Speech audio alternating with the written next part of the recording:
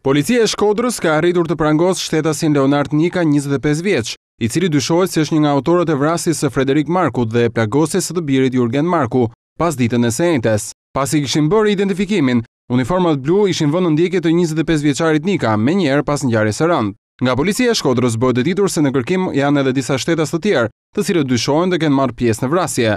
Ngjarja e rëndë, në të cilën humbi jetën 46 vjeçari Frederik Marku dhe u plagos rënd i biri i tij, 22 vjeçar, Jurgen Marku, ndodhi pas ditën e së njëjtës, kur të dy shtetasit pasi dolën nga Spitali i Shkodrës, janë gjendur nën breshërinë e Kalashnikovit. Nga burime zyrtare pranë policisë së Shkodrës, u mësua se vrasja mund të ketë si motiv një konflikt banal që babë e birë kanë pasur në fshatin Theth të Dukagjinit, mes ditën e së mërkurës. 22 vjeçari Jurgen Marku është përplasur me 4 të rinj në një lokal të Thethit. Menjëherë sapo ka mësuar për zënkën, ka ndërhyrë Frederik Marku, i cili ka goditur me qytën e pistoletës një nga të rinjt. Ngjarja është transferuar në polici, ku pasi janë marrë deklarimet, babë e birë është vendosur të ndiqen në gjendje të lirë. Sipas policisë së Shkodrës, mendohet se 25 vjeçari Nika është një nga 4 të rinjt e zënkës në Theth, ndërsa po punohet për kapjen e autorëve të tjerë të ngjarjes.